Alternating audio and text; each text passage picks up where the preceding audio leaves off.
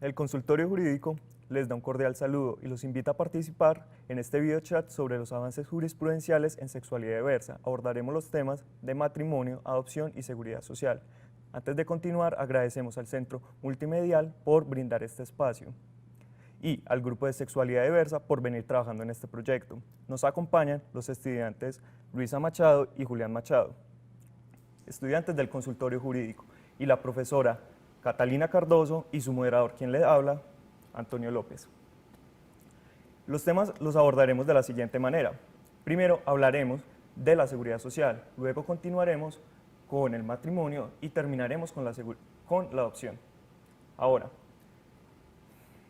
sin más preámbulos, hablemos de la seguridad social. Bienvenidos Julián y Luisa. Les pregunto, ¿qué derechos tienen las poblaciones LGTBIQ en materia de seguridad social? Antonio, muchas gracias. Muchas gracias por el espacio. Antes de que empecemos a hablar de qué derechos tienen las poblaciones, estas poblaciones en materia de seguridad social, es importante que definamos qué entendemos por seguridad social.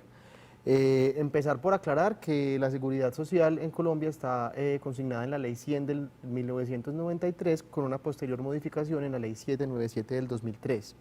Entonces la seguridad social así es aquella protección que la sociedad brinda a todos los hogares y personas para garantizar el acceso a la salud y en esa medida el ingreso en situaciones como enfermedad, desempleo, invalidez, accidentes de trabajo, maternidad o pérdida del sostén familiar.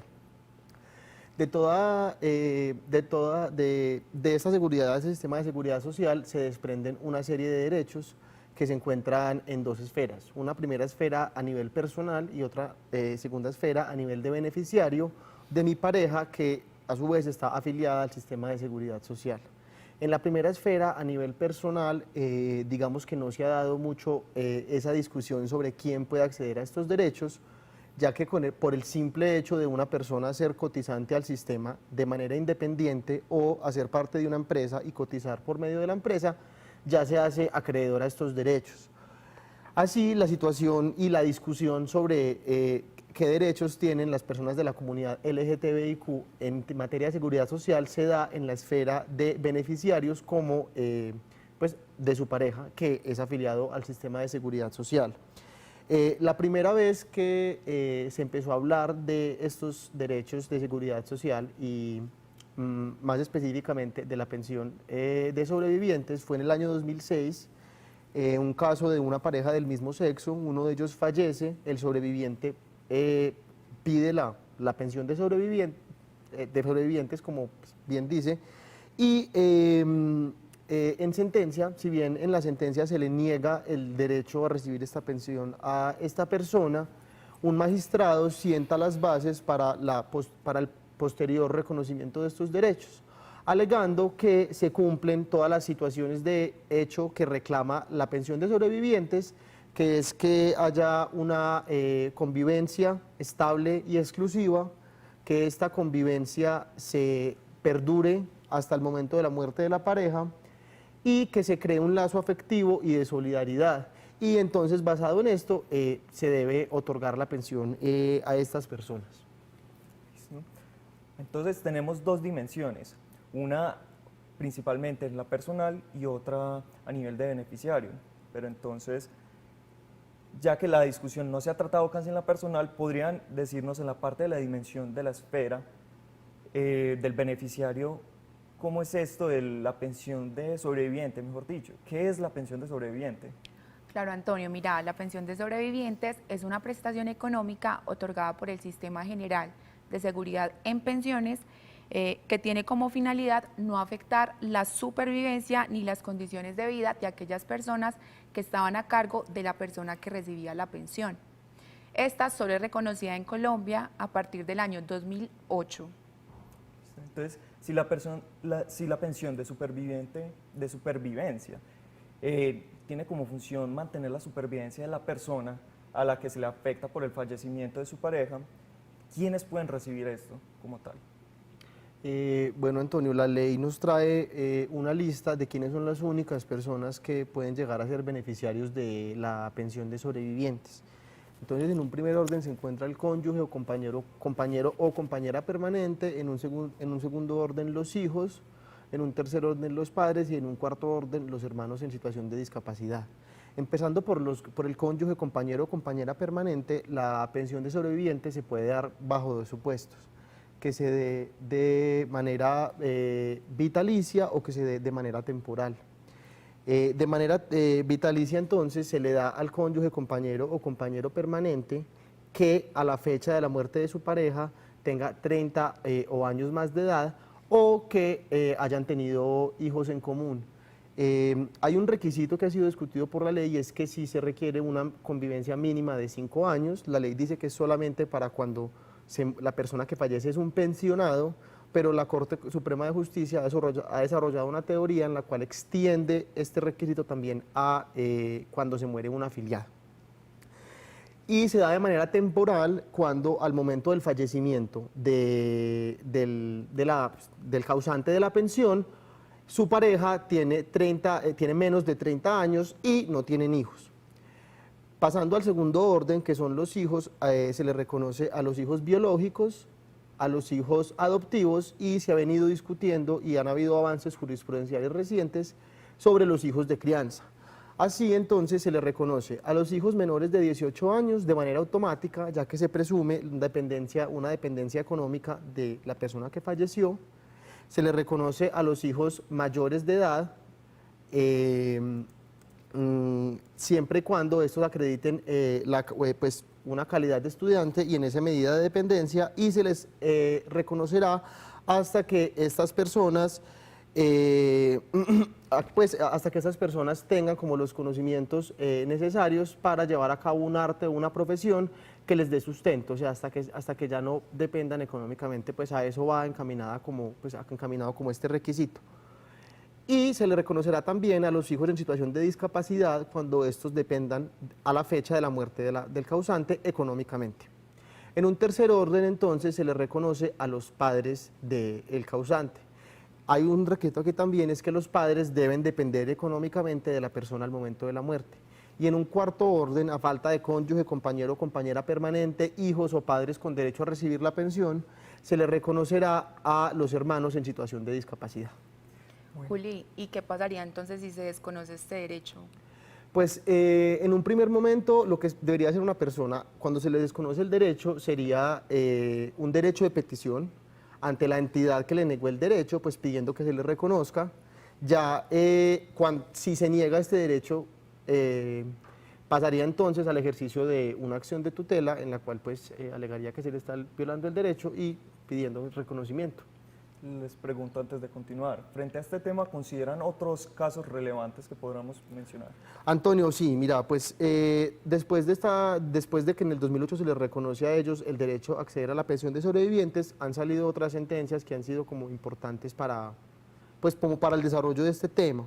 En el 2009 sale una sentencia que reitera la necesidad de que se cumpla todos estos derechos que han estado consignados en sentencias pasadas, en sentencias pues como de constitucionalidad, porque se vio que en la práctica, si bien ya tenían derecho las poblaciones LGTBIQ a acceder a esta pensión, se les estaba negando esta pensión, les estaban poniendo trabas administrativas, había negativa de funcionarios a reconocérselas. Entonces hay una sentencia en la que se reitera esa necesidad de cumplir lo que estaba en las sentencias anteriores.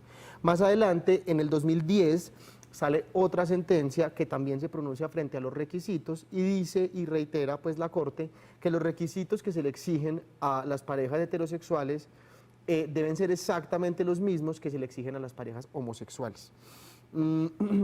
Más adelante, en el 2012, sale otra sentencia en la cual se hace un desarrollo que tienen las parejas del mismo sexo a el derecho a la herencia, que también está muy relacionado pues como con este tema. Y hay otra sentencia en el 2013 porque se sigue viendo que en la práctica hay problemas para las parejas del mismo sexo para acceder a esta pensión, en el cual dicen que exigirle requisitos adicionales a las parejas homosexuales es una violación directa al debido proceso. Entonces que en esa medida pues se les debe garantizar este derecho. Listo. Nos han llegado dos preguntas. La primera es frente a las uniones maritales. De hecho, en la seguridad social, la pensión de sobreviviente es igual en las poblaciones LGTBIQ, es igual en las uniones maritales para ellos. Sí, los compañeros permanentes también pueden acceder a la pensión de sobreviviente de su pareja. Y hay otra pregunta, que es, cuando dicen ustedes que hasta que tenga su propio sustento, ¿cómo se determina eso? ¿Hay algún requisito como tal? Pues ellos deben, o sea, el hijo que quiera acceder a la pensión de sobreviviente debe acreditar ante el juez que efectivamente ya terminó sus estudios y que tiene los conocimientos suficientes para desarrollar una profesión que, digamos, pues en términos coloquiales le dé para vivir. Entonces, eso es lo que debe, porque esa es la finalidad de la ley, no desproteger a un hijo que está estudiando, lo está formando y aún no tiene cómo, pues no tiene los medios para subsistir pues solo. Entonces, esa acreditación se debe dar es en ese sentido. Bueno, en conclusión, los requisitos para la pensión de sobrevivientes son iguales para todas las personas, independientemente de si es de la población LGTBIQ o cualquier otra población, por así decirlo. Ahora, pasemos a hablar de la afiliación en el sistema de seguridad social, principalmente en la salud. Les pregunto, ¿pueden las parejas del mismo sexo afiliar a su pareja al sistema de seguridad social como beneficiario? Sí, Antonio, mira, todo inicia en el año 2000, cuando de manera positiva, en ese entonces, el Instituto de Seguridad Social le reconoce ese derecho a una pareja del mismo sexo y posteriormente lo retira del sistema, argumentando que esto se debía al concepto de familia. Listo. Esto de esta negativa que dan, pues esos argumentos como tal, ¿nos podrían decir un poco por qué, en qué se fundamenta? Y esto del concepto de familia también suena extraño, pues podrían explicarlo. Claro que sí, mira. Principalmente el argumento en que se basó la Corte para negar este derecho es que las relaciones entre parejas homosexuales no encajan en el concepto constitucional de familia, que para ese entonces familia estaba conformada solo por un hombre, por una mujer y por sus hijos. Gracias. Ahora, entonces, ya que las personas del mismo sexo pueden afiliar a su pareja al sistema de seguridad social en salud como beneficiario, que incluye el derecho a la salud. Antonio, mira, pues el derecho a la salud vista como desde un panorama general es un estado total de bienestar, no solamente físico, sino también mental y social. O sea que no basta con que haya ausencia de enfermedad, sino que pues es una protección y es un estado como más integral. En esa medida, las personas en general, no solamente las personas pertenecientes a las poblaciones LGTBIQ, cuando se afilian al sistema de salud, se hacen, pues, o sea, tienen derecho a todo lo que está incluido en el POS, que es el plan de salud obligatorio, que eso es como un paquete de servicios y de, sí, como de los servicios que, a los que ellos hacen acreedores por hacer parte y estar afiliados al sistema de salud. ¿Listo? Ahora, hablemos de las personas de la población trans. Los procedimientos médicos que ellos requieren para dar afinidad con su identidad, ¿pueden ellos recurrir al sistema de salud o antes de responder alguna pregunta o tienen que hacer algo para acceder como tal, para poder acceder a los procedimientos médicos que requieren? Pero antes de que me responda la pregunta, quisiéramos que la profesora Catalina Barbosa nos responda a la pregunta, Catalina Cardoso, nos responde una pregunta que es sobre qué es importante precisar en la población trans. Muy buenos días a todos, muchas gracias por la invitación. Para poder entender qué es una persona trans, tenemos que entender que en este tema de diversidad o de sexualidades diversas hay que comprender una cosa que es la orientación sexual, es decir, hacia quién me siento atraído, hacia quién siento un deseo y sobre todo hacia quién siento un afecto emocional, y qué es la identidad de género, es decir, con qué género me identifico. La población trans está ubicada precisamente en el tema de identidad de género. Las personas que se identifican con el género que se les fue asignado en el momento de nacer conforme a su sexo biológico nos llamamos cisgénero. Las personas que no se identifican con el género que les fue asignado al nacer conforme a su sexo biológico se llaman trans. Y las personas trans pueden ser transgénero o transexuales. La diferencia consiste en quién está en ese tránsito, en esas etapas de transformarse completamente y quién efectivamente ha hecho tanto la reasignación legal como la reasignación quirúrgica y de género. Esas son las personas trans. Muchísimas gracias, Catalina. Ahora retomemos la pregunta. Entonces, ¿requieren algo las personas de la población trans para poder acceder con el sistema de salud a los procedimientos médicos que requieren para la transición, para la identidad de género con la que tienen mayor afinidad? Antonio, mira, ellos en este momento y últimamente se ha visto que sí pueden acceder a estos procedimientos, pero digamos que es un tema que se debe tratar caso a caso. Pues para una persona trans poder acceder a estos procedimientos, no importa la índole, pues aquí cabe aclarar que los procedimientos a los cuales ellos deben acceder para afianzar y pues como para hacer esa transición de género son quirúrgicos, hormonales, cognitivos y estéticos. Entonces, como decía, esto debe ser como caso a caso. Pues lo primero que una persona podría hacer sería, pues por medio de un derecho de petición, pedirle a la entidad de salud que, pues que se le realice el procedimiento. Estos casos normalmente pues los niegan y ahí es cuando esta población en ejercicio de la acción de tutela, que es como lo que se ha venido desarrollando en los últimos años, piden estos procedimientos. La Corte Constitucional, resolviendo estos casos de tutela, ha garantizado el derecho que tienen las personas pertenecientes a la población trans a hacer esa transición y cambiar de sexo. En ese sentido, pues estas personas han podido acceder a estos procedimientos. Cabe aclarar también que la Corte Constitucional deja una obligación en cabeza del Estado de que al momento de estas personas acceder a los procedimientos deben hacerlo de manera digna y se les deben garantizar unas condiciones mínimas como de dignidad. Entonces, pues esto también le refuerza el derecho que estas personas tienen a acceder a estos procedimientos. Bueno, antes de que continuemos, nos ha llegado otra pregunta, en realidad dos. Les pregunto, ¿por qué acudir al derecho de petición y no a la tutela cuando se vulneran derechos fundamentales del beneficiario? Antonio, porque muchas veces la negación de estos procedimientos se da en razón del desconocimiento que tienen las entidades a que estos procedimientos deben ser efectivamente pues, aceptados y los deben realizar. Entonces, digamos que el derecho de petición es como un mecanismo primero para decirle a la entidad, mira que hay un desarrollo ya jurisprudencial que viene aceptando estos procedimientos, se deben hacer, pues se deben realizar y ya la entidad con el conocimiento, si lo niega o no, ya ahí es donde se da la vulneración del derecho. Y ahí ya con esa vulneración es que se pasa a la acción de tutela. Por eso es que primero se intenta a través de un derecho de petición para ponerle en conocimiento a la entidad que efectivamente esos procedimientos deben aceptarse. Porque digamos que es una primera etapa que debe agotarse para poder seguir, pues obviamente, con la acción de tutela. Listo. La segunda pregunta es, ¿qué pasa con los hijos de estas parejas? ¿La afiliación surge el mismo efecto en el sistema o deben de seguir un proceso diferente? La afiliación al sistema de seguridad De salud, sí. Es igual para los hijos. Es igual para las... En la afiliación a salud yo creo que no hay un cambio entre, o sea, no hay diferencia si una persona hace parte de la población trans o no. Yo creo que ahí no hay razón alguna para hacer un trato diferenciado, entonces en ese sentido creo que el procedimiento de afiliación sería el mismo. Listo. Ahora retomemos las preguntas.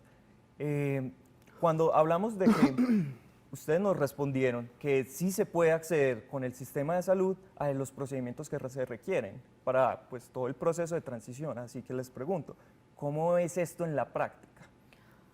A pesar de que las diferentes manifestaciones de la Corte están encaminadas a la protección de los derechos de esta población, muchas veces las autoridades de salud limitan el acceso a este derecho. Esto teniendo pues como unas consecuencias muy negativas para la sociedad, porque entonces estas personas se automedican hormonas o van a clínicas clandestinas a realizarse las cirugías. Listo. Para finalizar el tema, hablemos entonces en la población trans sobre la pensión de vejez.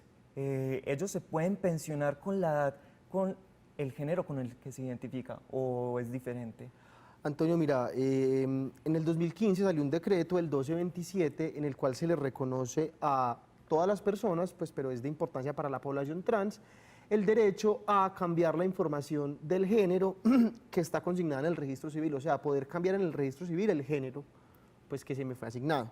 Este derecho, digamos que nace entendiendo que esa modificación del registro civil se da, pues corresponde a una corrección de un error que se deriva en una no correspondencia, como Caterina nos lo explicaba, entre el género que se me asigna a mí al momento de nacer y el género con el que efectivamente una persona se identifica.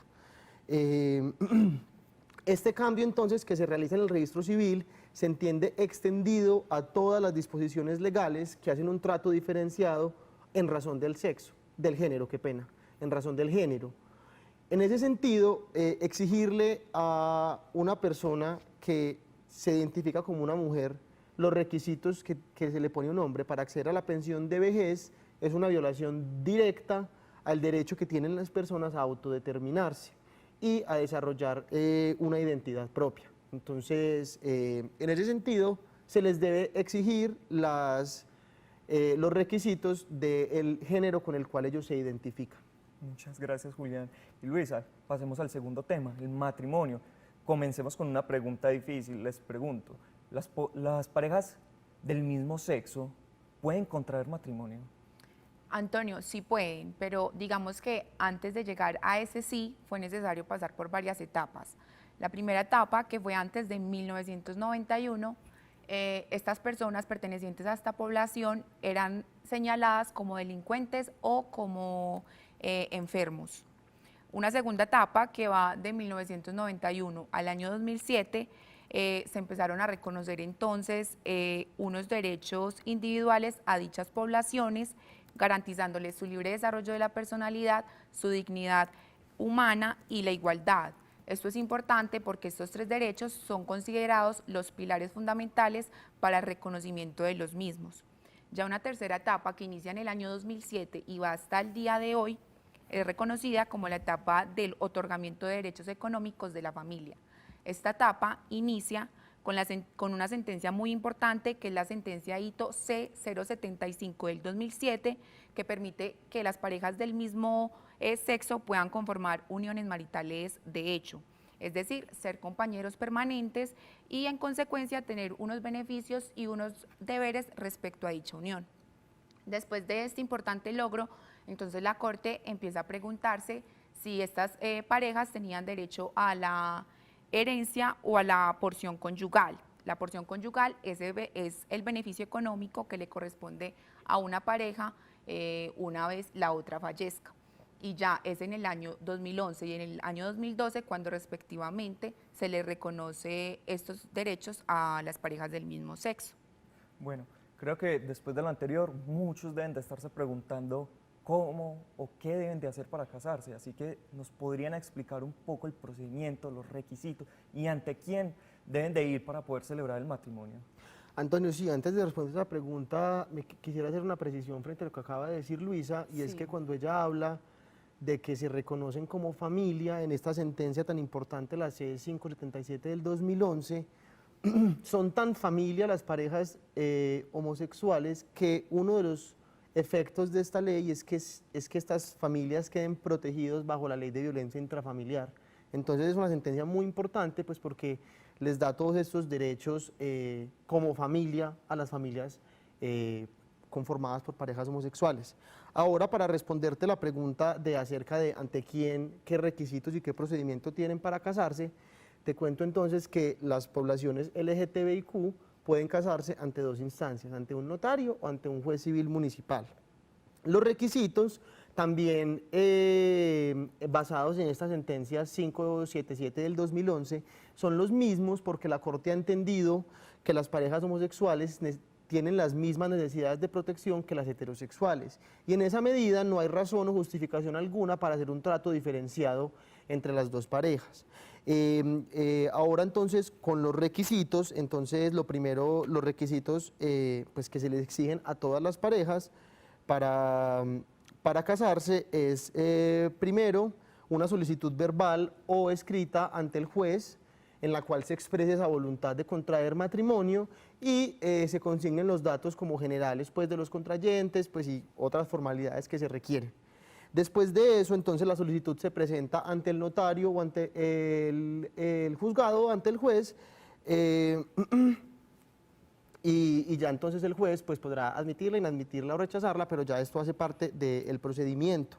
A esa solicitud se le debe anexar unas copias auténticas y recientes del registro civil de nacimiento de los dos contrayentes. Si alguno de los dos estuvo casado antes, entonces si bien o el registro de defunción de la pareja anterior o el registro civil de terminación del matrimonio anterior.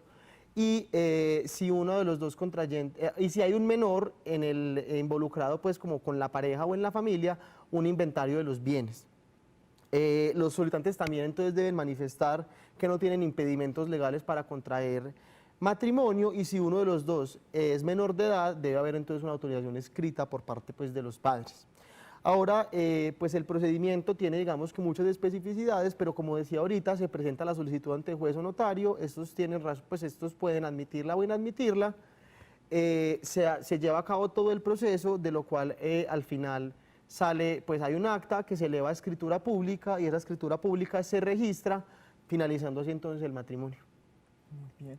Entonces hemos hablado que el matrimonio se da principalmente en un juez o ante un notario, pero pues me gustaría aclararles que el matrimonio religioso es a decisión de las instituciones religiosas decidir si o no dar el matrimonio, pues ellos tienen una autonomía que les permite hacer este tipo de cosas. Ahora, continuemos entonces con el matrimonio. Les pregunto, pero con el matrimonio civil. Ahora, les pregunto, frente a los efectos civiles que tienen el matrimonio en las parejas del mismo sexo.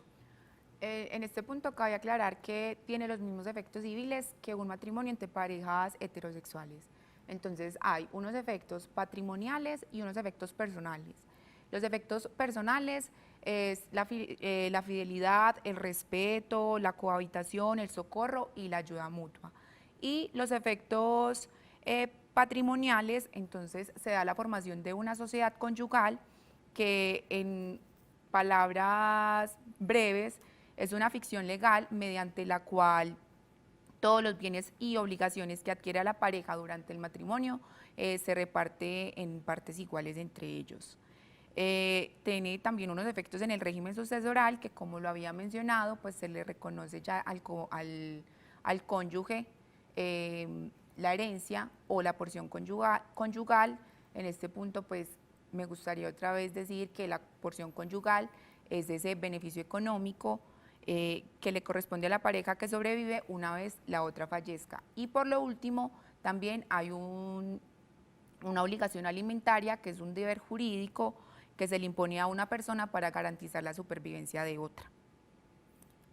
Listo. Entonces, hasta este momento hemos visto que en materia de seguridad social y matrimonio, los derechos de las poblaciones LGTBIQ son iguales para todos, son los mismos que los de las otras poblaciones. Entonces, no debe haber ninguna desigualdad ni discriminación para ellos. Ahora pasemos a hablar de nuestro último tema, la adopción. Hay que recordar que la adopción es un medio con el cual una persona establece como hijo a un menor con el que no tiene una relación como tal, ya sea biológica principalmente. Entonces, para esto tenemos al Estado, quien se encarga de velar por todo el proceso, garantizando el mayor bienestar o interés del menor. Para esto está el ICBF o Instituto Colombiano de Bienestar Familiar, que se encarga, o las instituciones autorizadas para desarrollar el programa de adopción, o IAPAS. Les pregunto, ¿solo las personas, principalmente parejas heterosexuales, pueden adoptar? No, Antonio, la adopción en Colombia no es exclusiva para las parejas heterosexuales, porque la adopción en sí no es una figura que que sea en pro de las parejas, sino que, como está consignado en el Código de Infancia y Adolescencia, es una medida de protección que tienen los menores. Esta medida de protección se basa en un derecho fundamental que está pues como por encima de otros derechos por el rango que tienen los menores a tener familia y al amor. Estos son los dos derechos en los cuales se basa la adopción y bajo los cuales se desarrolla la figura de la adopción igualitaria para las parejas homosexuales. Listo. No sé si deberíamos de continuar, entonces, pues hay una pregunta. ¿Les parece si lo dejamos ya o continuamos para explicarlo quiénes pueden dar una adopción? Pues quiénes pueden adoptar. La pregunta como tal es, ¿la licencia de maternidad en las parejas del mismo sexo frente a la adopción cómo se trata? ¿O prefieren responderlo ya o lo dejamos para después, para finalizar? La licencia de maternidad. La licencia de En maternidad adopción. en adopción. Pues si querés, sí, continuemos con el tema y ahorita al final que terminemos, ¿Les parece? Para desarrollemos- que Desarrollamos aclaremos la esto y pregunta. vamos por licencia. Vamos. Entonces, les pregunto, aparte, entonces, que las parejas heterosexuales no son las únicas que pueden adoptar. ¿Quiénes más pueden adoptar? Mira, el Código de Infancia y Adolescencia establece que pueden adoptar las personas solteras, pueden a adoptar los cónyuges conjuntamente, también puede adoptar los compañeros permanentes, eso sí, estos deben demostrar una convivencia ininterrumpida de por lo menos 2 años. Y también puede adoptar el cónyuge o compañero permanente al hijo de su cónyuge o su compañero permanente. Todas estas personas pueden adoptar siempre y cuando cumplan el requisito de tener más de 25 años, menos de 60 y ser 15 años mayor que el niño, niña o adolescente que se quiere adoptar. ¿Listo? Y si alguna de las personas que nos están viendo quisieran adoptar, ¿cómo es este procedimiento? En Colombia, el procedimiento para adoptar tiene 2 etapas, una etapa administrativa y una etapa judicial. Es necesario aclarar que es el mismo procedimiento para todas las personas sin distinción alguna. Entonces, esta etapa inicia con una solicitud ante el ICBF. Durante este trámite, entonces, se debe acreditar la idoneidad del o de los adoptantes. En esta etapa se realizan una serie de exámenes psicológicos. Ya después se pasa a un comité de adopción, ya sea ante el ICBF o ante la Casita Nicolás. La Casita Nicolás es una entidad privada que cuenta siempre con acompañamiento pues, de una persona del ICBF, y ya este comité le asigna a un niño una familia. Se le notifica entonces a la familia si acepta o no. Ya luego pues se formaliza esa asignación y una vez se asigne al niño, se espera más o menos 2 semanas para que haya una integración entre la familia y el niño. Después se le asigna una entrevista de integración a la familia ante la defensora pues que ha adelantado como todo el caso del niño, y si esta es favorable ya se pasa entonces ante un juez para que éste oficie o ordene a las notarías para realizar el respectivo cambio en el registro civil de nacimiento. Listo. Mire, nos llegó una pregunta, esta es principalmente para la profesora Catalina. Les pregunto, pues nos preguntan en realidad, ¿podrían aplicar las leyes que ofrecen subsidios especiales a las mujeres cabeza de familia a una trans que haya cambiado su género y tenga una adopción? No entiendo muy bien la pregunta. Pues, y que haya adoptado al final. O te Es repetimos. una mujer trans que adopta, Sí, quiere acceder a los a los subsidios beneficios. especiales. de Claro las que sí, mujeres. porque independientemente del sexo biológico con que haya nacido, el género con el que se identifica y con que legalmente ha transitado es al que puede acceder a todos los beneficios. Ella va a ser tenida en cuenta como mujer para todos los efectos, inclusive para adopción, y mujer, si es madre adoptante, es mujer cabeza de familia. Entonces podría acceder a todos estos beneficios que trae la ley, que tiene la jurisprudencia. Nos llega otra pregunta y es, ¿ya existe alguna ley para que permitan a las parejas homosexuales adoptar? Y en caso negativo, esto sería una violación al principio de la igualdad. Pues las parejas homosexuales en Colombia a la fecha pueden adoptar. Ya pueden adoptar Ya. y es con los mismos requisitos que se le exige a las parejas heterosexuales. Algún trato pues que vaya en contra de eso sería discriminatorio y pues se entraría pues como ya pues como con las vías legales inconstitucionales que hay para... A pedir la igualdad del derecho. O sea, lo Exacto. cubre el Código de Infancia y Adolescencia, a ellos también. Sí. ¿Qué pasa, Antonio? Aquí, y yo creo que esto es lo que puede causar confusión, que no hay una ley específica en la cual se haya creado la adopción para parejas homosexuales, pero como ahorita lo venimos diciendo, pues por medio de avances jurisprudenciales ya se les reconoce el derecho. Entonces, A si bien, partir del año 2012, la Corte Constitucional reconoce este derecho para las parejas del mismo sexo. entonces, si bien no hay una ley, pero sí está el reconocimiento de derecho y están todas las vías para hacer valer ese derecho en caso de alguna negación. Creo que importante que frente a esto, y lo voy a agregar, y es que más que el derecho que tienen las parejas a adoptar, esto es más del niño como tal, pues hay que velar es por sus derechos, pues la Constitución en el artículo 44 nos dice que los derechos de los niños son superiores a otros derechos y ellos tienen acceso es a la familia, al derecho de la familia, por lo cual la mejor forma de solicitar la adopción es alegando es por el derecho del niño y no de la pareja como tal. Claro, y es en esta medida y en este orden de ideas en donde se han dado todos estos avances jurisprudenciales y basado en esto que tú estás diciendo, es que se les reconoció y que se reconoció la adopción igualitaria aquí en Colombia. ¿Listo? Ahora hablamos ahorita de los diferentes tipos de familia que hay. ¿Nos podrían contar algunos pocos tipos de familia que tenemos en Colombia? La familia tradicional es la familia conformada por un hombre, por una mujer y por sus hijos. También está la familia homoparental, que es la familia conformada ya sea por dos hombres, por dos mujeres y por sus hijos. También se reconocen las familias monoparentales, que es una familia conformada por un hombre o una mujer y sus hijos ya sean biológicos o adoptivos que conforman familia.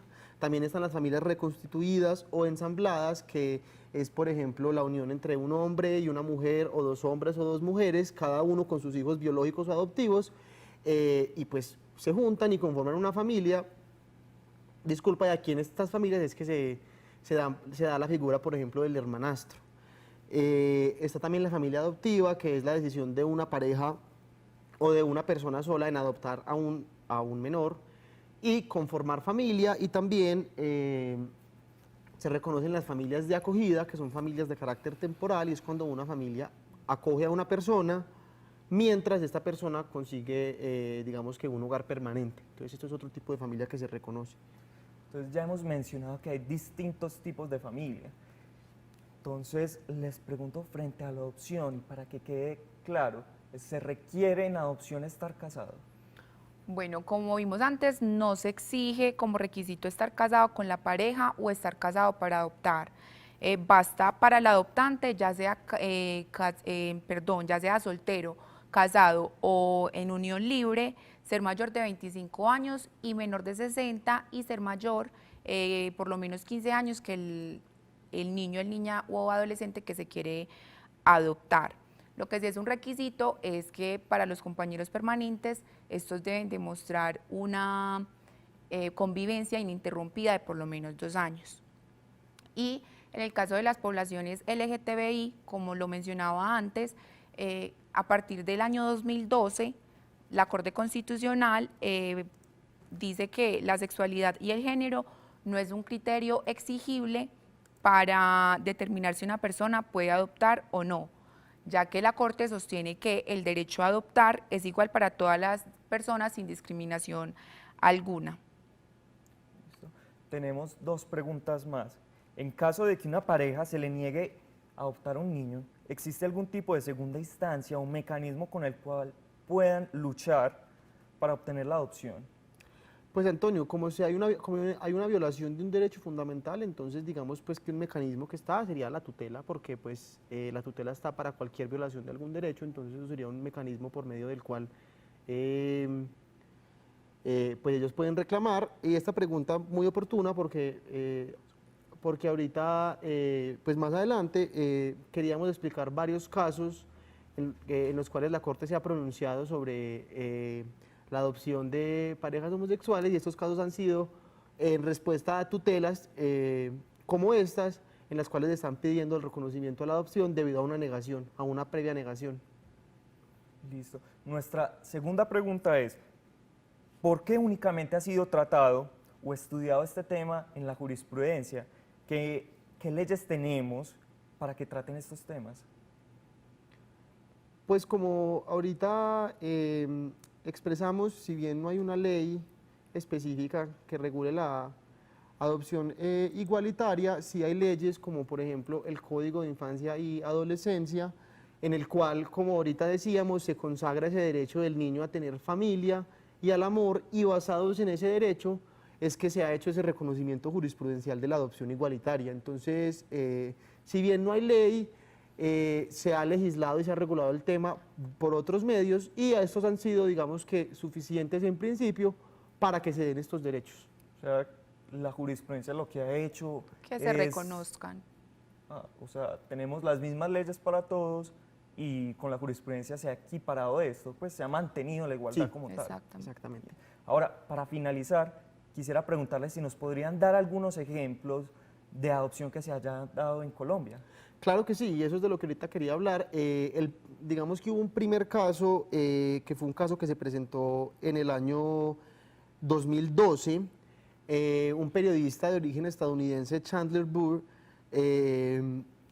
homosexual, soltero, viene a Colombia a adoptar a un menor, hace la solicitud de adopción, esta le es negada, este caso llega a conocerlo la Corte Constitucional, y en sentencia la Corte señala que la orientación sexual de una persona no puede ser criterio para negar una solicitud de adopción. Entonces esa es la primera vez, pues eso es como el primer caso importante y un señalamiento muy importante que da la Corte frente a ese trato discriminatorio que se le daba a la población LGTBIQ para adoptar. Hay otros casos que han sido muy importantes, como el caso de las mamás Ana y Verónica en el 2014, y una sentencia del 2015, la C683, en la cual se habla de la adopción conjunta de parejas homosexuales y el reconocimiento de la igualdad en el proceso de adopción. Listo. Entonces, muchísimas gracias, Julián y Luisa, por acompañarnos en este programa. Ahora, concluyamos que entonces, en materia de seguridad social, las personas a nivel individual tienen los mismos derechos, y a nivel de beneficiario también se les puede extender estos beneficios a su pareja. En materia de matrimonio, entonces tenemos que se pueden casar, y los efectos civiles a nivel patrimonial principalmente son iguales para todos. Y en adopción, entonces las parejas del mismo sexo, o ni siquiera las parejas, sino una persona soltera puede acceder a la adopción, pues tenemos que garantizar el mayor interés del niño. Entonces, y este es buscando la familia, una familia que le ofrezca amor y como tal. Entonces, muchísimas gracias a ustedes por acompañarnos. Agradecemos al Centro Multimedial también por este espacio, a la Universidad de AFIT, y a todos los que tengan otras dudas, les pedimos que vayan al consultorio jurídico de la Universidad de AFIT, nos presenten estas dudas, pues les responderemos y ayudaremos con cualquiera de sus casos. El número al que se pueden comunicar es el 261-922-2. Muchísimas gracias a todos y aquí llegamos.